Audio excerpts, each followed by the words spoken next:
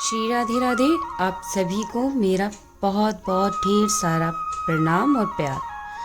तो आप को भी प्रणाम और आपके आस पड़ोस को भी प्रणाम और आपके सभी फैमिली को भी प्रणाम और सभी को दिल से हर बार जब भी बोलूँ तब भी श्री राधे राधे। तो आज मैं लेकर आई हूँ भगवत गीता के छठे कुछ श्लोक हैं जो बस हुआ कि भी आज एक श्लोक ही कर दिया जाए भगवत गीता का। तो आइए आज हम श्लोक देखते हैं, श्लोक पढ़ते हैं। आप आशा करते हैं कि आप सभी इस श्लोक की अगर कुछ गलतियां हुई होंगी तो इस गलतियों को क्षमा करेंगे और जो भाव होगा उस भाव के साथ आप प्रभु का स्मरण करेंगे। सया निश्चयन युक्तवयो युगाणि विणचितसा संकल्प प्रभान कामस्य त्यक्त्वा सर्वनाशेषतः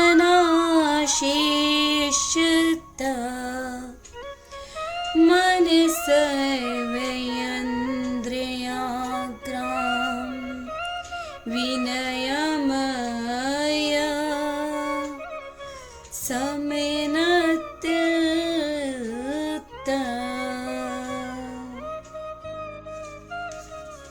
शनैः शनैरूप परमद बुद्धया धृतिगृहीतया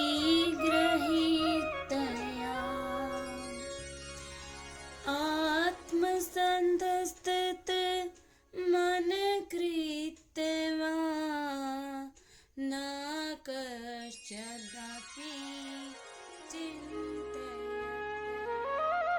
तो यतो निश्चलति मनश्चलम् अस्थिरम् तत् स्तोनियम यदते आत्मनयेव वंशनयते। ओम नमो भगवते वासुदेवाय नमः। श्री राधे श्री राधे। श्री हरिदास श्री कृष्ण। तो अब हम इस श्लोक का अर्थ भी समझने की कोशिश करते हैं। साधक पुरुष को अविचल दृष्टा और विश्वास के साथ योगा अभ्यास करना चाहिए। उसे मिथ्या अहंकार से उत्पन्न समस्त भौतिक इच्छाओं को त्याग देना चाहिए और मन के द्वारा सब ओर से इंद्रियों का संयम करना चाहिए। इस प्रकार साधक को धीरे धीरे क्रमश पूर्ण विश्वास के साथ बुद्धि द्वारा समाधि में स्थिर रहना चाहिए और अन्य किसी का भी चिंतन न करते हुए मन को आत्मा पर स्थिर करना चाहिए।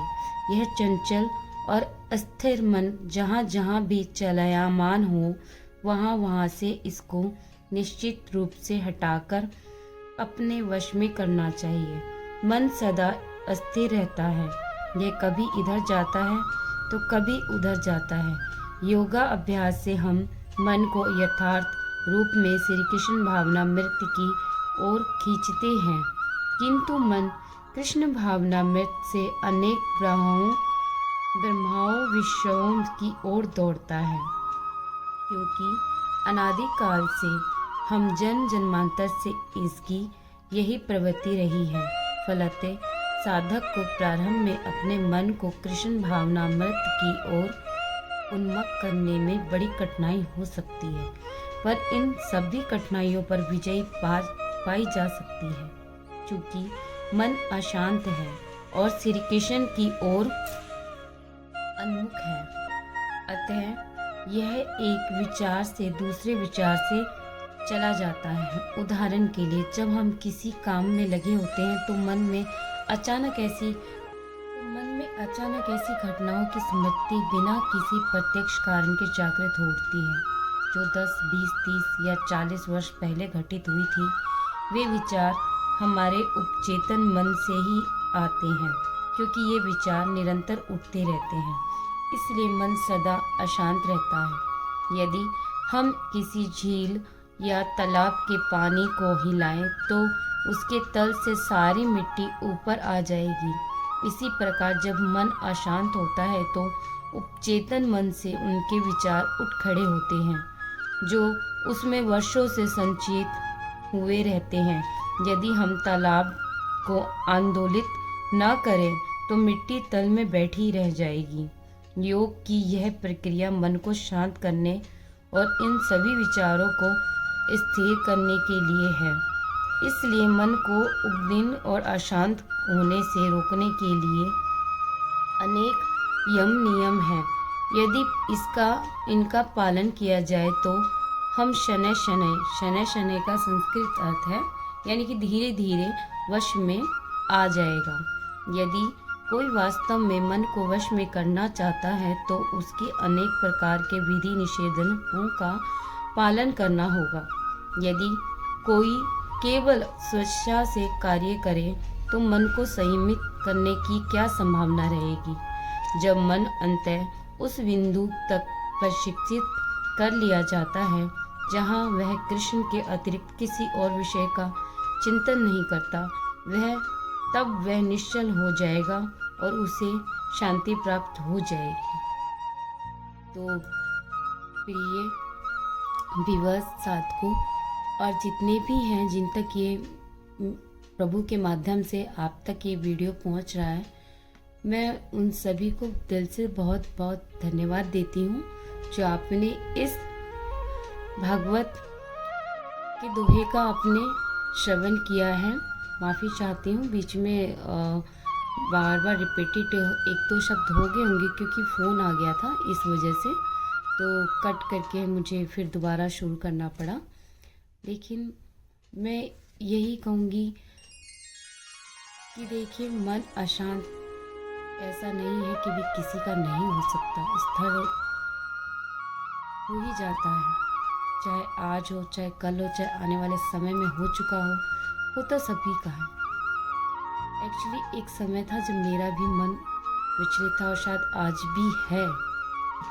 तो मैं कुछ ना सोच के, कुछ ना समझते हुए, कुछ नहीं जानना चाहती हूँ। बस अब मैं सिर्फ प्रभु के चरणों में अपने आप को समर्पित कर चुकी हूँ और मैं चाहती हूँ कि बस प्रभु मुझे बस तेरा ही चिंतन रहे। मैं जैसी हूँ वैसी अपने प्रभु की हूँ और किसी की नहीं हूँ। तो आइए आप सभी मेरे साथ एक बार प्रार्थना करते हैं हमसे मिलके। हे प्रभु, हम जैसे हैं हम आपके हैं, हम आपके श्री चरणों में अपने आप को समर्पित कर चुके हैं। हमारे कर्म और हमारे हर एक विधि जितने भी हमारे हैं, जो भी हमारे पास है, वो सब आपका ही है, हम भी आपके ही हैं। तो हे नाथ, हे दीनदयाल, हे कृपालु, हमें अपनी शरण में रखना। जय श्री राधे राधे। मिलते हैं अगले पार्ट पे और अगले प्रभु की कृष्ण की ओर चलने के किसी मार्ग पे। जय श्री राधे राधे।